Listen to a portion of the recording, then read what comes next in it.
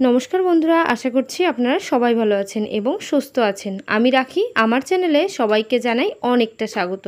তো বন্ধুরা, আমরা মেয়েরা সংসারের কাজকর্ম সকাল থেকে রাত পর্যন্ত করি। যদি একটু বুদ্ধি খাটিয়ে করতে পারি ছোট ছোট টিপসের মাধ্যমে, তাহলে অনেকটা কাজ সহজ হয়ে যাবে এবং অনেকটা টাকা পয়সা সাশ্রয় করতে পারবো। তাই আমি চলে এসেছি আমার প্রথম টিপসে বন্ধুরা, আমরা এখানে যখনই বাড়ি থেকে কোথাও বেরোচ্ছি তখন ঘরে গেটে তালা চাবি দিয়ে সেই চাবিটাকে আমরা আমাদের ব্যাগের মধ্যে করে নিয়ে যাই। তো এই যে ব্যাগের মধ্যে যখনই আমরা চাবিটা রাখি না কেন, বাড়িতে যখনই আমাদের কেনাকাটা হোক আর যে কোনো কাজে আমরা বাইরে বেরোই, যখনই ঘরে ফিরি, ঘরে আসার পর আমরা গেটের চাবি, ঘরের চাবি না খুঁজে পাই না। ব্যাগের মধ্যে কিন্তু অনেক জিনিসপত্র থাকে, তার মধ্যে কোথায় হারিয়ে যায়, অনেকটা সময় লাগে খুঁজতে। তো এই সমস্যা থেকে রেহাই পাওয়ার জন্য আপনারা ছোট একটা কাজ করতে পারেন। কি করতে হবে, আপনারা যখনই এরকম ব্যাগের মধ্যে আপনাদের চাবিগুলোকে রেখে দেবেন, তার আগে একটা সেফটি পিন নিয়ে নেবেন। সেফটি পিনটাকে একটা কর্নারের দিকে সেফটি পিনটাকে আটকে দেবেন।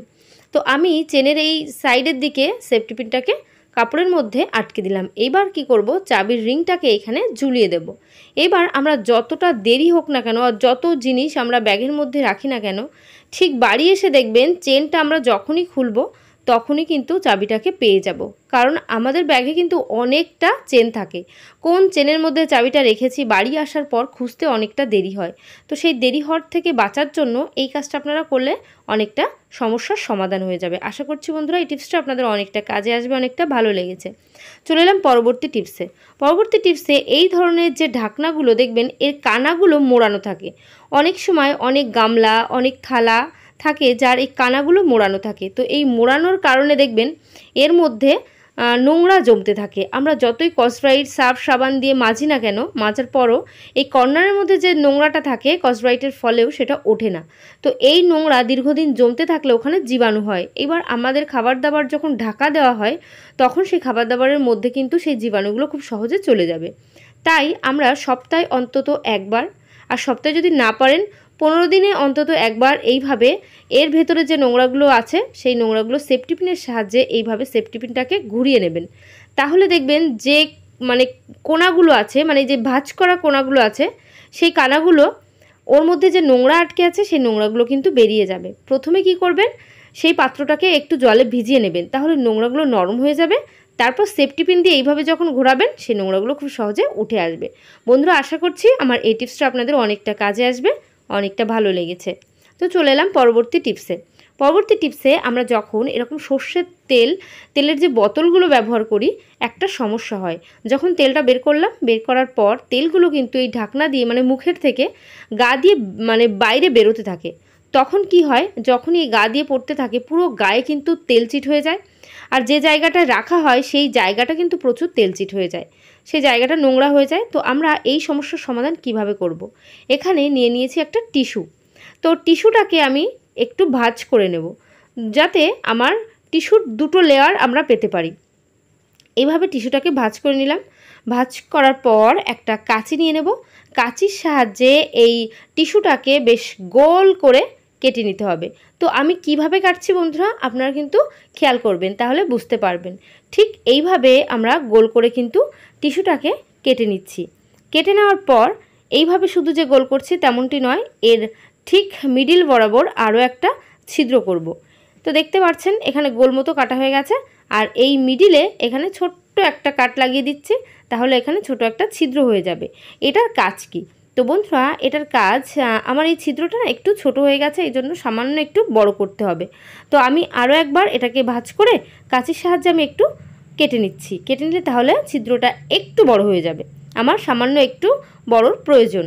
তো এইবার এই টিস্যুটাকে কি করব, আপনারা কি করবেন, যখনই বোতল এইভাবে ব্যবহার করছেন তেলচিট হয়ে যাচ্ছে, কিভাবে সেটাকে পরিষ্কার করে নেবেন। এইভাবে একটা টিস্যু যেটা এক্সট্রা ছিল সেটাকে দিয়ে আমি মুছে নিলাম। মুছে নেওয়ার পর আজকের এই ট্রিকটা ইউজ করলে আপনাদের বোতল কিন্তু কখনো তেলচিট হবে না। যে জায়গাটা বোতলটা রেখে দিচ্ছেন সেই জায়গাটাও কিন্তু নোংরা হবে না। তো বন্ধুরা, এইভাবে আমরা একটু বেশ ভালো করে মুছে নিলাম।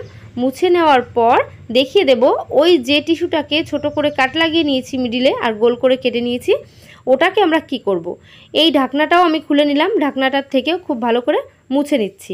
মাঝে মধ্যে এইভাবে গাটা একটু মুছে নিলেও কিন্তু পরিষ্কার হয়, দীর্ঘদিন যদি এইভাবে তেলচিট থাকতে লাগে তখনই কিন্তু বোতলটা খারাপ হয়ে যায়। তো আমরা এখানে টিস্যুটার যে গোল করে কেটে নিয়েছি এটা ভাঁজটা খুলে নিচ্ছি। তো দুটো লেয়ার এখানে হয়েছে, কারণ আমি টিস্যুটাকে সেইভাবে ভাঁজ করে কেটেছিলাম। এবার এই ছিদ্রটাকে বোতলের মুখে আমরা এইভাবে পরিয়ে দিচ্ছি। এইভাবে পরিয়ে দিলে কি হবে, তাহলে বন্ধুরা যখনই দেখবেন আমরা তেল ঢালবো, তেল ঢালার পর যতটুকু তেল এই মুখ থেকে গড়িয়ে গায়ের দিকে যাচ্ছে সেইটুকু তেলও আর গায়ের দিকে গড়াবে না। এই টিস্যুটা সেই তেলটাকে কিন্তু অ্যাবজর্ব করে নেবে। মাঝে মধ্যেই আমরা এই টিস্যুটাকে যদি চেঞ্জ করে দিই তাহলে এই গায়ে সমস্ত যে তেল লেগে যাচ্ছে সেই সমস্যাটা কিন্তু আর হবে না। টিস্যুটাকে চেঞ্জ করে নতুন টিস্যু আবার পরিয়ে দিতে পারবো। তো বন্ধুরা, আশা করছি আমার এই টিপসটাও আপনাদের অনেকটা কাজে আসবে। আপনারা যে শুধু বোতলের ক্ষেত্রে এই কাজটা করতে পারেন তেমনটি নয়, বড় বড় তেলের যে ড্রামগুলো আছে সেই ড্রামেও কিন্তু একইভাবে টিস্যু অথবা নিউজপেপার গোল করে কেটে মুখের কাছে রাখতে পারেন। আশা করছি বন্ধুরা এই টিপসটা অনেকটা কাজে আসবে। চলে এসেছি পরবর্তী টিপসে। দেখবেন আমাদের ঘরে যে সমস্ত সুইচ বোর্ডগুলো আছে, সুইচ বোর্ডে সব সময় এই ধরনের চার্জার ঝোলানো থাকে। তো দেখতে অনেকটাই খারাপ লাগে। চার্জারগুলো সবসময় সুইচ বোর্ডে ঝোলানো থাকছে, বেডের উপরে তারগুলো এলোমেলোভাবে থাকছে। যে কোনো আমাদের, কারণ বাড়িতে প্রত্যেকটা মানুষের ফোন থাকে, তো ফোনের প্রত্যেকটার চার্জার থাকে, সেই চার্জারটা কোনো না কোনো সুইচ বোর্ডে ঠিকই সেট করে রাখি আমরা। তো এইভাবে রাখলে তো দেখতে খারাপ লাগে, তাই আমরা কি করব, আমরা এই ধরনের যে সমস্ত চার্জারগুলো আছে সেই চার্জারগুলোকে প্রথমত এখান থেকে খুলে নেব। খুলে কিভাবে একটা জায়গায় আমরা গুছিয়ে রাখতে পারি, আপনারা যদি এই তারগুলোকে একটু এইভাবে গোল গোল করে গুছিয়ে তারপর একটা রাবার দিয়ে আটকে রাখেন তাহলেও কিন্তু এটা সেট হয়ে থাকবে। যে কোনো একটা ছোট ক্লিপ দিয়ে যদি আটকে রাখেন তাহলেও সেট হয়ে থাকবে। আর আপনারা যদি সেইগুলো না চান সেক্ষেত্রে একটা কাজ করতে পারেন, আমি এখানে প্রত্যেকটা চার্জারকে এইভাবে তারগুলো পেঁচিয়ে নিচ্ছি।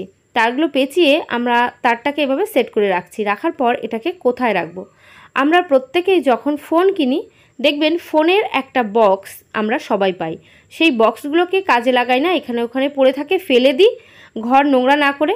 তো সেই সমস্ত বক্সগুলোর মধ্যে আপনারা যদি চার্জারগুলোকে গুছিয়ে গুছিয়ে রাখতে পারেন তাহলে দেখবেন অনেকটা সমস্যার সমাধান হয়ে যাবে।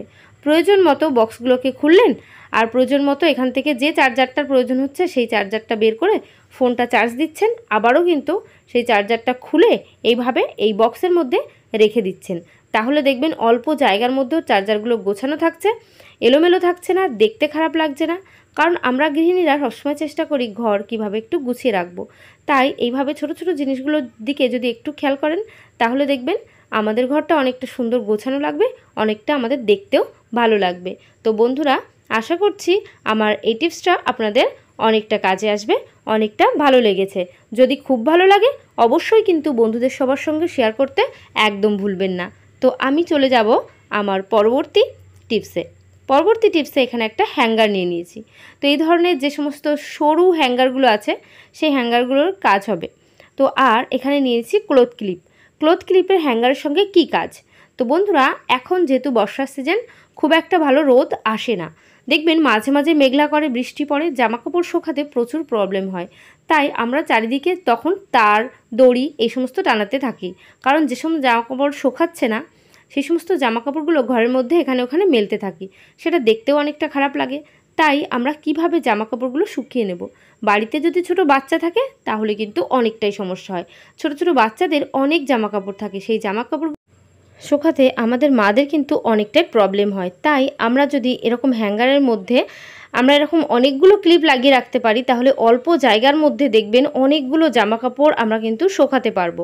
আমি এখানে বেশ কিছুটা মোজা নিয়ে নিয়েছি, বাচ্চাদের ছোট ছোট জামাকাপড়, প্যান্ট, টি শার্ট যে সমস্তগুলো থাকে ছোট ছোট অনেক জামাকাপড়, সেই সমস্ত জামাকাপড়গুলোকে আমরা কিন্তু এইভাবে প্রত্যেকটা ক্লথ ক্লিপের মধ্যে আটকে দেব। এইভাবে আটকে দিলে দেখবেন আমরা যদি এইভাবে কোথাও তারে হ্যাঙ্গারটাকে ঝুলিয়ে রাখতে পারি ঘরের ভেতরে, বারান্দার দিকে, তাহলে দেখবেন সেটা হাওয়ায় হাওয়ায় অনেকটা শুকিয়ে যাবে।